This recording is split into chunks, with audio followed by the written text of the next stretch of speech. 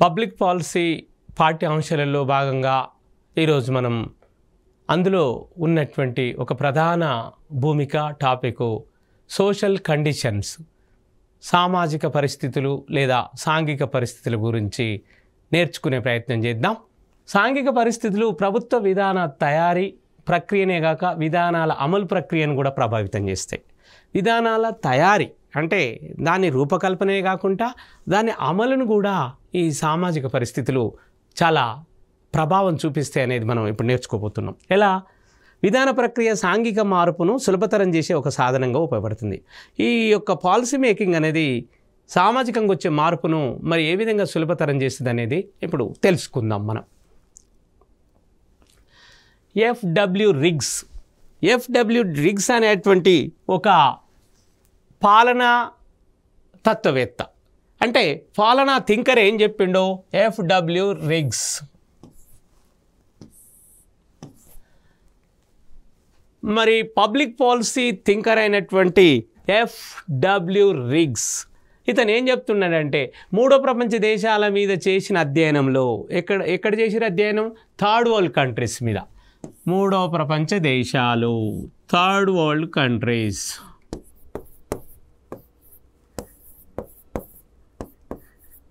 Third world nations మీద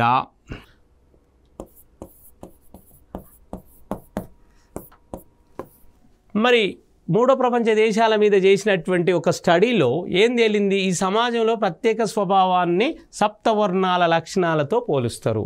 సప్త అంటే సాత్, ఏడు లక్షణాలతో 7 ఫీచర్స్ ఉన్నాయట. అవి నేర్చుకునే ప్రయత్నం చేద్దాం. అవి ఎవరు చెప్పారంటే ఎఫ్డబ్ల్యూ అనేటువంటి అడ్మినిస్ట్రేటివ్ థింకర్ చెప్పినారు, పాలసీ థింకర్ చెప్పారు. అదేవిధంగా మూడో ప్రపంచ దేశాల ప్రజల సాంఘిక ఆర్థిక జీవితాల్లో ఒక వైవిధ్యభరితమైన బౌలత్వం, ఎటిరోజెనిటీ, అంటే ఇక్కడ వైవిధ్యమైన బౌలత్వం ఉంటుంది. ఎక్కడ ఉంటుంది? మూడో ప్రపంచ దేశాల్లో ఉన్న ప్రజల జీవితాలలో. మనము ఇప్పుడిప్పుడే అభివృద్ధి చెందుతున్న దేశాలు అంటే ఫస్ట్ వరల్డ్ అని ఉంటుంది, సెకండ్ వరల్డ్ అని ఉంటుంది, థర్డ్ వరల్డ్ కంట్రీస్. మొదటి ప్రపంచ దేశాలు, రెండో ప్రపంచ దేశాలు, మూడవ ప్రపంచ దేశాలు. మరి భారతదేశం ఏ లిస్టులు ఉంది? మూడో ప్రపంచ దేశాల లిస్టులు ఉంది. అంటే వర్ధమాన దేశాలు, మనం డెవలపింగ్ కంట్రీస్, మనం ఇప్పుడిప్పుడే అభివృద్ధి చెందుతున్న దేశాలు మూడో ప్రపంచ దేశాలు. దీంట్లో ఉన్నటువంటి బౌలత్వం ఏ విధంగా? ఎటిరోజెనిటీ, లాంఛనప్రాయమైన వ్యవహారికత అంటే ఫార్మాటిజం. తర్వాత ఓవరాల్యాపింగ్ అంటే ఏంది? అతివ్యాప్తి, ఓవర్లాపింగ్. ఇవన్నీ కూడా మరి ఈరోజు మూడో ప్రపంచ దేశాల మీద ప్రభావం చూపుతుంది, ఆ ప్రజల మీద. అస్థిరత, పక్షపాతం, నెపోటిజం. తర్వాత బహుళ మత ఆచారాలు అంటే పాలీకమ్యూనలిజం. ఈరోజు భారతదేశం భిన్న మతాలకు, భిన్న కులాలకు, భిన్న జాతులకు, భిన్న భాషలకు నిలయం. Unity in diversity.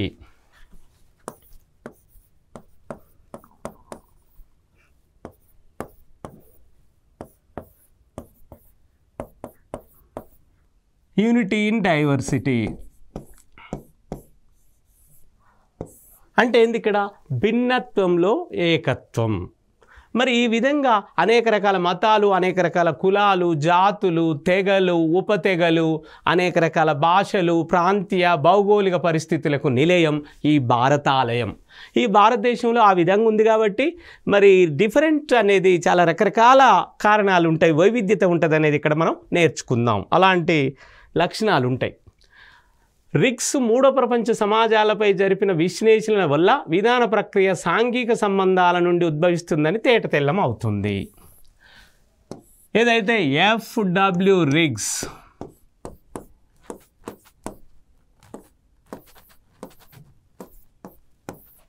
ఈ పాలనా తత్వవేత్త మరి మూడో ప్రపంచ దేశాల సమాజాల మీద ఒక స్టడీ చేసిండు. ఆయన ఎనలిటికల్గా చేసిండు, ఒక విశ్లేషణాత్మకంగా స్టడీ చేసిండు. ఆయన స్టడీ చేసినటువంటి మరి పాలసీ ప్రాసెస్, విధాన ప్రక్రియ సాంఘిక సంబంధాల నుంచే ఉద్భవిస్తుంది. ఈ పాలసీ ప్రాసెస్ అనేది సామాజిక సంబంధాలు, సోషల్ కండిషన్స్, సోషల్ రిలేషన్స్ నుంచే వస్తుందని ఎఫ్డబ్ల్యూ రిగ్స్ గారు చెప్పారు. అదేవిధంగా ప్రభుత్వ కార్యకలాపాలు, పరిపాలన విధాన ప్రక్రియ, మరి పరిపాలన ఏ విధంగా జరుగుతుంది, గవర్నెన్స్ అనేది ఏ విధంగా ముందుకు పోతుంది మొదలైన పరంగా అన్ని అంశాలు కూడా సమకాలీన సమాజ పరిస్థితులు అంటే కాంటెంపరరీ సర్కమ్స్టాన్సెస్. కాంటెంపరరీ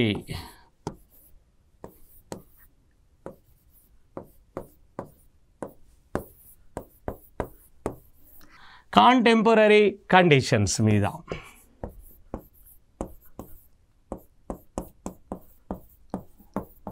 మరి ఇలాంటి మొదలైన అన్ని అంశాలు కూడా సమకాలీన సామాజిక పరిస్థితుల ఈ ప్రభావానికి గురవుతాయి, లోనవుతాయి అని చెప్తున్నారు ఇక్కడ. సాంఘిక మార్పు లక్ష్యాలు, మరి సామాజిక మార్పు ఎందుకు జరుగుతుంది, అది జరగడానికి దారితీసినటువంటి కారణాలు ఏంది అనేది ఇక్కడ నేర్చుకుందాం.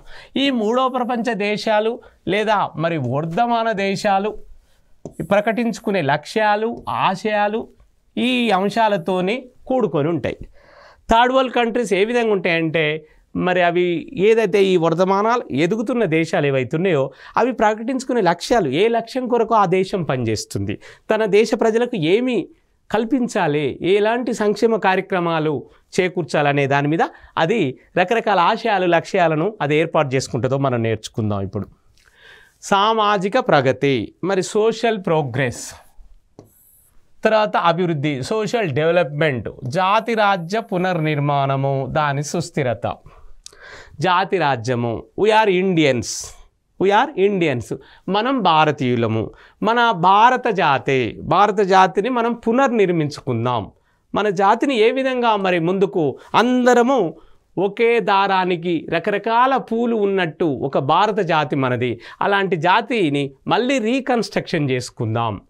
ఆధునికత, సుస్థిరత అంటే ఇక్కడ మరి చాలా ఇప్పుడు ఎట్లా అంటే సుస్థిరంగా ఉండాలి పరిపాలన, ఎలాంటి డిస్టర్బెన్సెస్ ఉండొద్దు.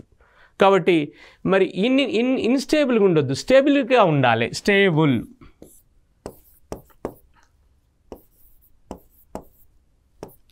స్టెబిలిటీ ఉండాలి, స్టేబుల్గా ఉండాలి, సుస్థిరత ఉండాలి. ఆధునికత, మోడర్నిటీ,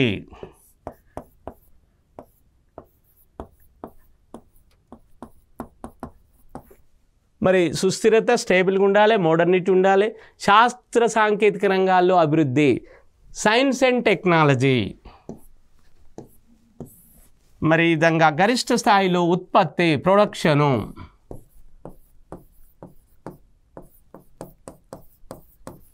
న్యాయపరమైన పంపిణీ అంటే మరి చట్టం ముందు అందరు సమానమైనప్పుడు డిస్ట్రిబ్యూషన్ కూడా సమానంగా ఈక్వల్ డిస్ట్రిబ్యూషన్ ఉండాలనేది ఇక్కడ చెప్తున్నటువంటి అంశం. మరి ప్రణాళికాబద్ధమైన అభివృద్ధి ఒక ఎలా ఉండాలి, ప్లానింగ్ డెవలప్మెంట్ ఉండాలి, ఒక ప్లానుడు ప్రకారం చేయాలి.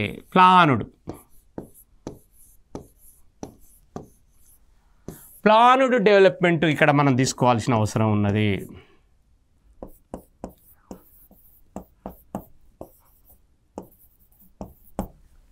సుస్థిరమైనటువంటి సాంఘిక జీవనం, మరి సోషల్ లైఫ్ కూడా ఇక్కడ చాలా ముఖ్యమైన పాత్ర వహిస్తుంది.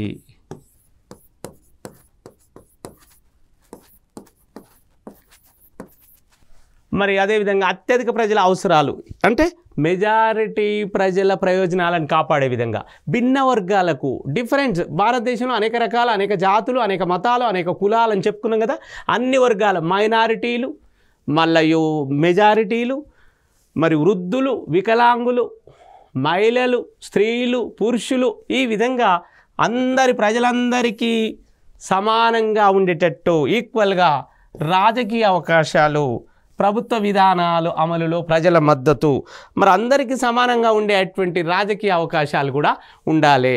ఈక్వాలిటీ చూపించాలి, ఎవరిని వేరుగా చూడొద్దు. సాంఘిక అంశాలు,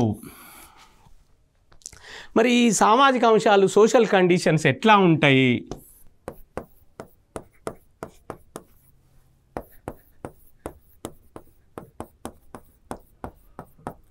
మరి ఈ విధంగా విధాన ప్రక్రియ దేనితోనూ సంబంధం లేకుండా స్వతంత్రంగా జరిగే ప్రక్రియ కాదు, అది పూర్తిగా సమాజంలోని సాంఘిక, రాజకీయ, ఆర్థిక అంశాల మీద అంటే సోషల్, పొలిటికల్, ఎకనామిక్ అంశాల మీద. సోషల్, పొలిటికల్, తర్వాత ఎకనామికల్,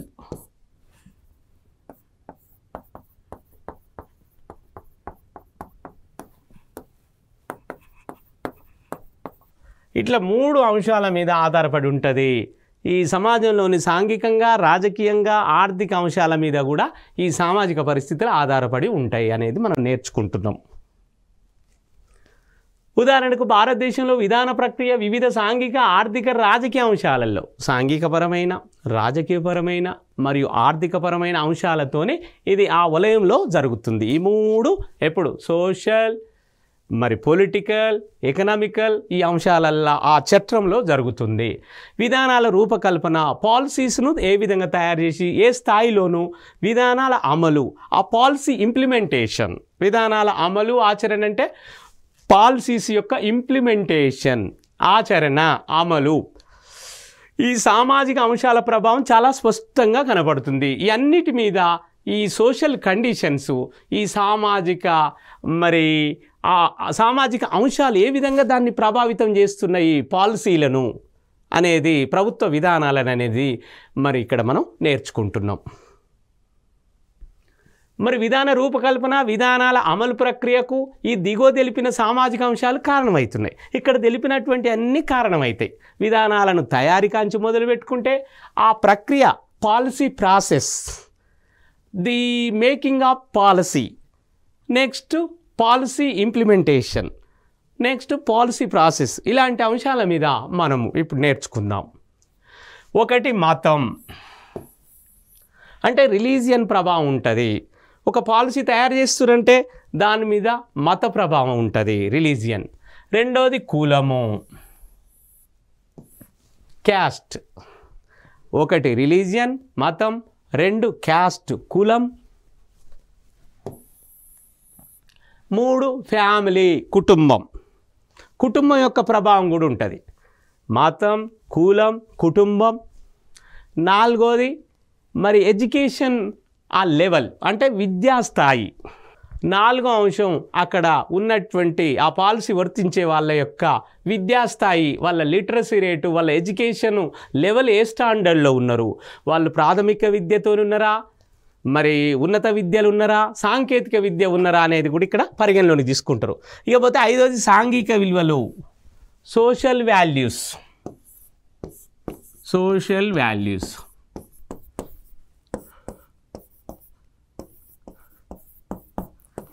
నెక్స్ట్ సార్వజనీనత, అంటే ఇది అందరికీ వర్తిస్తుందా, మళ్ళీ కొద్దిమంది ప్రయోజనాలకైనా, యూనివర్సాలిటీ.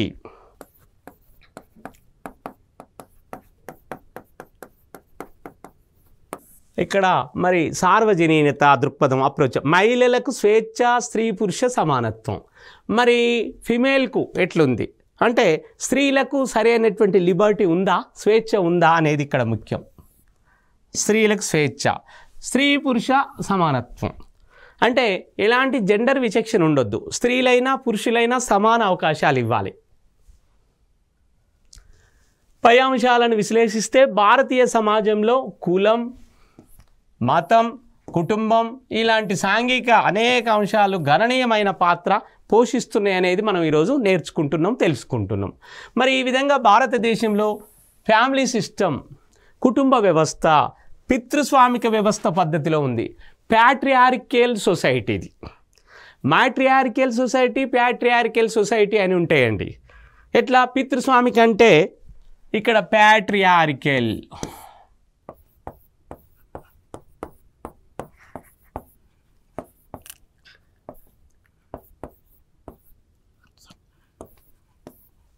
అంటే పితృస్వామిక వ్యవస్థలో కుటుంబ పెద్ద తండ్రి ఉంటాడు, మాతృస్వామిక వ్యవస్థలో కుటుంబ పెద్ద తల్లి ఉంటుంది. మరి భారతదేశంలో మాతృస్వామిక వ్యవస్థ ఎక్కడన్నా ఉందా అంటే ఈశాన్య రాష్ట్రాలలో ఉన్నది. అస్సాం, అరుణాచల్ ప్రదేశ్, మణిపూర్, మేఘాలయ, నాగాల్యాండ్, సిక్కిం, హిమాచల్ ప్రదేశ్. మరి ఈ విధంగా అక్కడనేమో మరి మాతృస్వామిక వ్యవస్థ ఉంది. మరి ఈశాన్య భారతాన్ని పక్కన పెడితే మిగతా భారతదేశం మొత్తము ప్యాట్రియార్కియల్ సిస్టమ్, ఫ్యామిలీ సిస్టమ్, అంటే పితృస్వామిక వ్యవస్థ. కుటుంబ వ్యవస్థలో తండ్రి పెద్దవాడు, కుటుంబ పెద్ద, ఫ్యామిలీ హెడ్. ఇక్కడ విద్యాస్థాయి చాలా తక్కువ, ఇక్కడ ఎడ్యుకేషన్ మరి టేబుల్ చాలా తక్కువగా ఉంటుంది, నిరక్షరాస్యత ప్రజలు ఎక్కువ ఉంటారు, ఉన్న ఎడ్యుకేషన్ ఉన్న లిటరసీ ఉన్న చాలా తక్కువ రేట్లో ఉంటుంది, చాలా ఉన్నత చదువులు చాలా తక్కువ మంది చదివి ఉంటారు. ఇక్కడ మహిళలకు స్వేచ్ఛ తక్కువ ఉంటుంది, స్త్రీలకు స్వేచ్ఛ లేదు, స్త్రీ పురుష సమానత్వం అనేది కూడా ఇక్కడ ఇబ్బందిగానే ఉంటుంది. ఇక్కడ పురుషులకు ఎక్కువ ప్రాధాన్యత ఇచ్చి స్త్రీలకు తక్కువ ప్రాధాన్యత ఇస్తున్నారు. ఇలాంటి దృక్పథాలు, సాంఘిక విలువలు, సోషల్ వాల్యూస్ కూడా ఇక్కడ చెప్పుకోదగ్గాయి. పురుష సమానత్వం, విద్యాస్థాయి, మహిళలకు స్వేచ్ఛ, స్త్రీ పురుష సమానత్వం, సార్వజనీనత, ఇలాంటి అన్నీ చెప్పుకోదగ్గ స్థాయిలో లేవు. ఇవన్నీ అభివృద్ధి చెందిన దేశాలతో పోలిస్తే మన దేశంలో మూడో ప్రపంచ దేశాలలో ఇలాంటివి లేవని చెప్పొచ్చు. కాబట్టి ఈ అంశాలన్నీ విధాన ప్రక్రియను, ముఖ్యంగా విధాన రూపకల్పన, విధానాల అమలును ప్రభావితం చేస్తాయి. విధానాలను తయారు చేసే విషయంలో అంటే పాలసీ ప్రాసెస్ను మరియు పాలసీ ఇంప్లిమెంటేషన్, విధానాల అమలును కూడా ఈ అంశాలు, ఈ సామాజిక కండిషన్స్ మరి ప్రభావితం చేస్తాయని మనం నేర్చుకుంటున్నాం. ఆర్థిక అంశాలు, ఇంకోటి పోతే ఎకనామికల్ కండిషన్స్.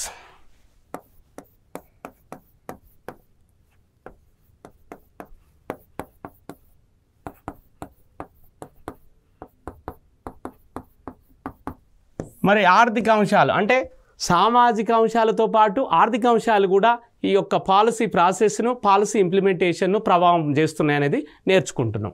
మూడో ప్రపంచ దేశాల్లో ఏదైతే థర్డ్ వరల్డ్ కంట్రీస్ ఉన్నాయో, అభివృద్ధి చెందుతున్న ఈ వర్ధమాన దేశాలలో మరి దేశాల ఆర్థిక వ్యవస్థలు కూడా నిర్మాణంలో ఎన్నో మార్పులు వస్తున్నాయి. ఈ యొక్క మరి మన ఆర్థిక వ్యవస్థల నిర్మాణంలో చాలా మార్పులు చోటులు చేసుకుంటున్నాయి. ఈ దేశాల్లో సంపద పూర్తిగా ప్రజల చేతిలో కానీ ప్రభుత్వ ప్రత్యక్ష నియంత్రణలో కానీ లేదు. మరి ఎవరి చేతిలో ఉంది? ప్రైవేటు వ్యక్తుల చేతుల్లో ఉంది. పూర్తిగా ఈ సంపద మొత్తము పూర్తిగా ప్రజల చేతిలో లేదు. ప్రభుత్వం ప్రత్యక్షంగా ప్రభుత్వం నియంత్రణలో కూడా లేదు. ఇది ప్రైవేటు వ్యక్తుల చేతిలో ఉందనేది మనం నేర్చుకుంటున్నాం. కొన్ని కీలక రంగాలపై ప్రభుత్వ యాజమాన్యం ఉన్నప్పటికీ ప్రజా బాహుళ్య వినియోగ తయారీ మరి మార్కెట్ వ్యవస్థ ఎప్పుడు ప్రైవేటు యాజమాన్యాల చేతిలో ఉన్నది. ఎవరి చేతిలో ఉంది? ప్రైవేటు.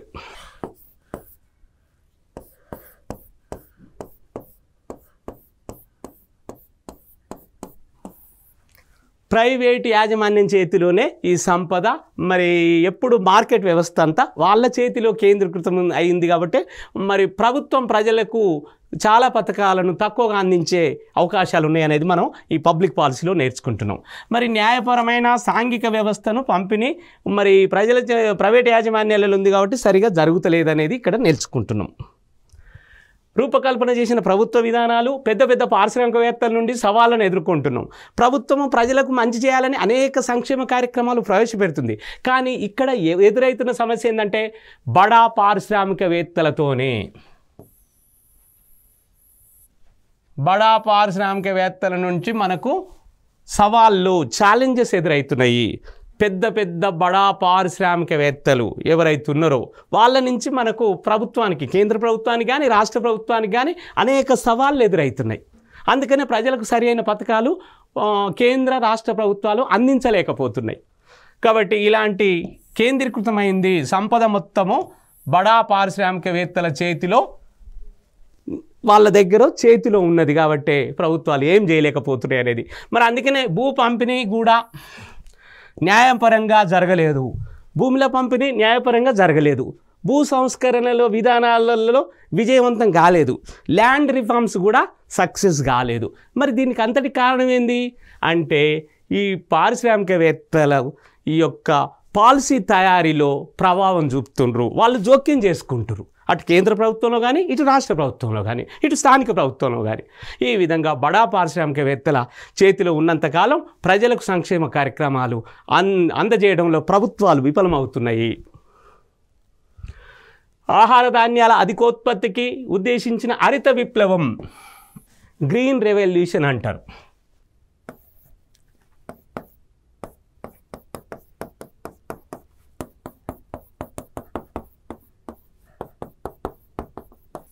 అంటే హరిత విప్లవం ఎక్కువ మరి ఆహార ధాన్యాలను ఉత్పత్తి చేయాలని చేస్తే అది విజయవంతం కాలేదు.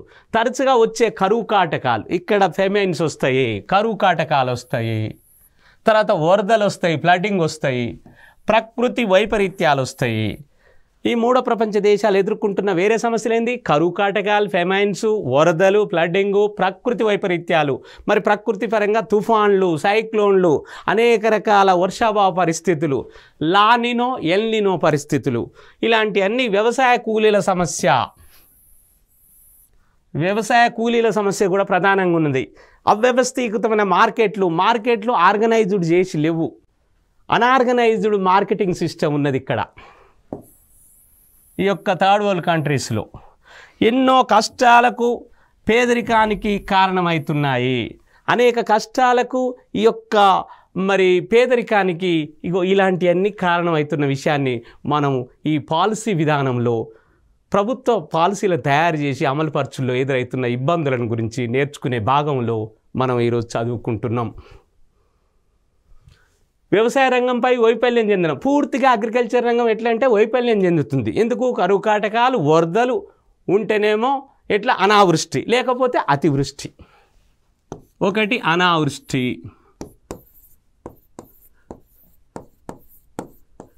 ఇక లేకపోతే రెండోది అతివృష్టి.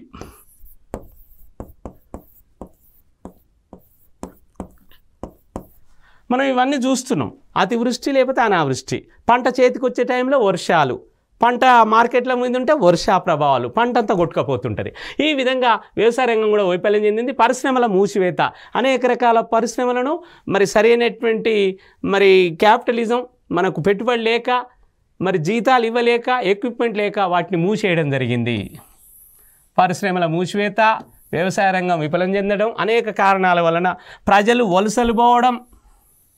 ప్రజలంతా తమ రోజు దైనందిన అవసరాలు తీర్చలేవు కాబట్టి వివిధ ప్రాంతాలకు వలస వెళ్ళిపోతున్నారు.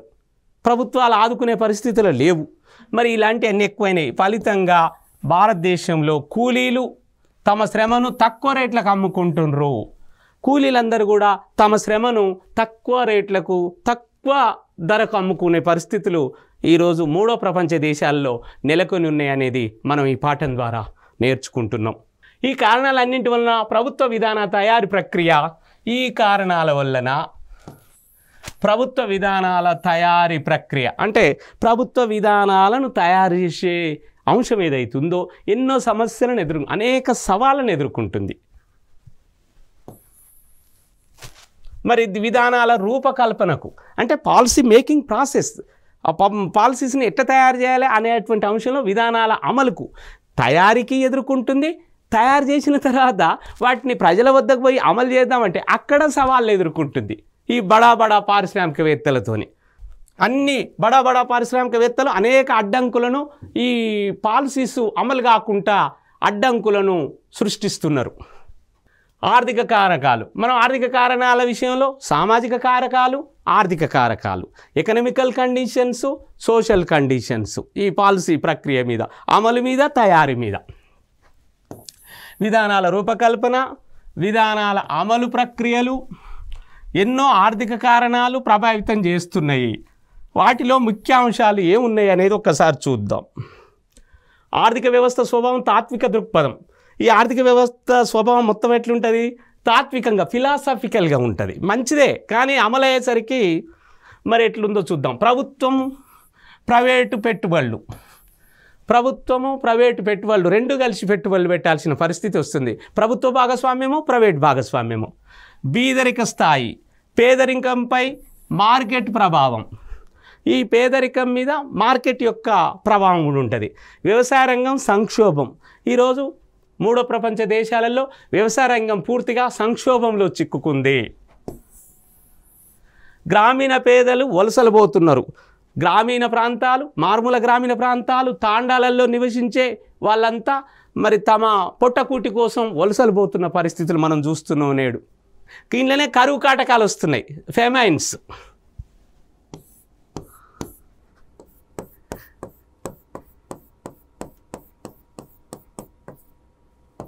ఈ యొక్క కరువు కాటకాలు, ఫ్లడ్డింగ్, వరదలు, ప్రకృతి వైపరీత్యాలు, మార్కెట్లో దోపిడీ, సంపద కేంద్రీకృతం కావడం, సంపద అంతా కొద్దిమంది బడా పారిశ్రామికవేత్తల దగ్గరనే, బడా భూస్వాముల దగ్గరనే కేంద్రీకరించబడటం, ఆర్థికంగా అసమానతలు, ఎకనామికల్ ఇనీక్వాలిటీస్, ఆర్థికంగా అసమానతలు, అనారోగ్యం, ఇళ్ళనే ప్రజలంతా రోగపీడితులు కావడం, ప్రజల ఆరోగ్యాలు అనేక రోగాలకు నిలయాలుగా మారడం, జీవన మనుగడ కష్టం కావడం, అందుకనే స్ట్రగుల్ ఫర్ ఎగ్జిస్టెన్స్, మనుగడ కోసం పోరాటం, వనరుల శాశ్వత తగ్గుదల, మరి నిరుద్యోగం, ఒకవైపు అన్ఎంప్లాయ్మెంట్.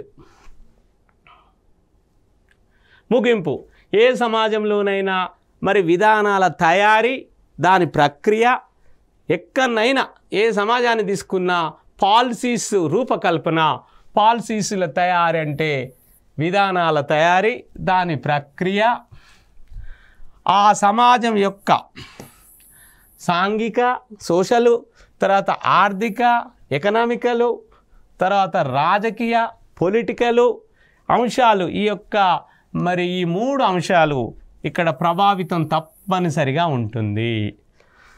ఏ సమాజాన్ని తీసుకున్నా మరి ప్రభుత్వము ఒక పాలసీని, విధానాన్ని తయారు చేస్తుందంటే దాని మీద ఏ అంశాల ప్రభావం భారీగా ఉంటుందంటే, ఒకటి సోషలు,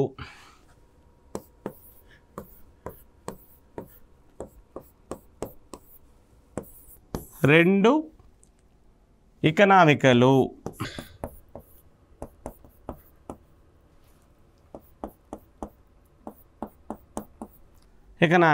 మూడు పొలిటికలు.